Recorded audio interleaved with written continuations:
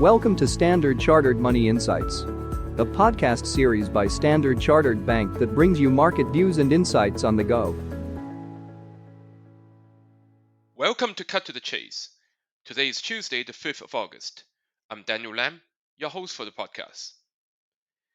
Yesterday, we spoke about how US equities is likely to be entering a period of consolidation, with the weak non-farm payroll numbers and lingering concerns about tariff-driven inflation. Now, naturally, many would be looking at non-US equities, with US unexceptionalism being a key phenomena in 2025. Now, one of the most used and perhaps even cliche arguments for Asia ex-Japan equities and Chinese equities is that valuation is at a very deep discount to global and US equities. Yes, we've seen some narrowing in this valuation gap, but it is really a small narrowing. The reason why this quote-unquote Chinese discount exists is because of the deflation issues that are going on in the Chinese economy, which the policymakers are increasingly wary about. PPI has declined since October 2022, and CPI inflation has been hovering around zero recently. Now, deflation dampens and kills the animal spirits of consumers. Well, because why would they be spending and consuming if they know that prices will be getting cheaper if they wait? So consumers would therefore postpone spending and businesses reducing their investments and therefore depressing domestic demand. Nominal GDP growth has been below real expansion for 9 consecutive quarters, contributing to the widening US-China GDP gap in recent years, despite higher real growth in China. Thus, reflation is gaining importance on the policy agenda, with the aim of breaking this vicious cycle of falling prices and weaker demand.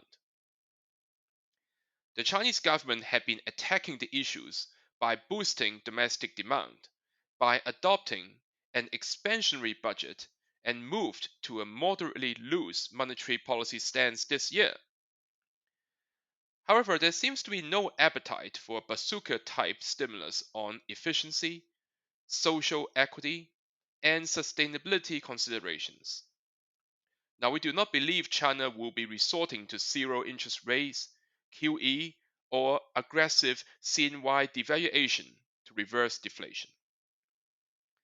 What we are increasingly seeing are calls from top leaders to ratify involution and disorderly competition are likely to be followed by more supply-side actions to prevent repetitive investment, reduce excessive capacity, and deter domestic dumping. So this round of capacity cuts involve industries dominated by private companies, for example, the NEVs. As such, market consolidation could take time.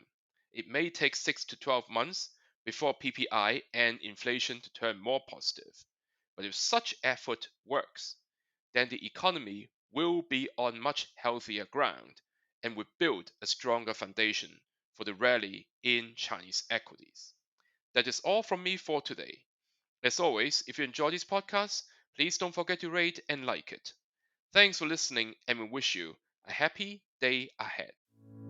Thank you for listening to Standard Chartered Money Insights, a podcast series by Standard Chartered Bank.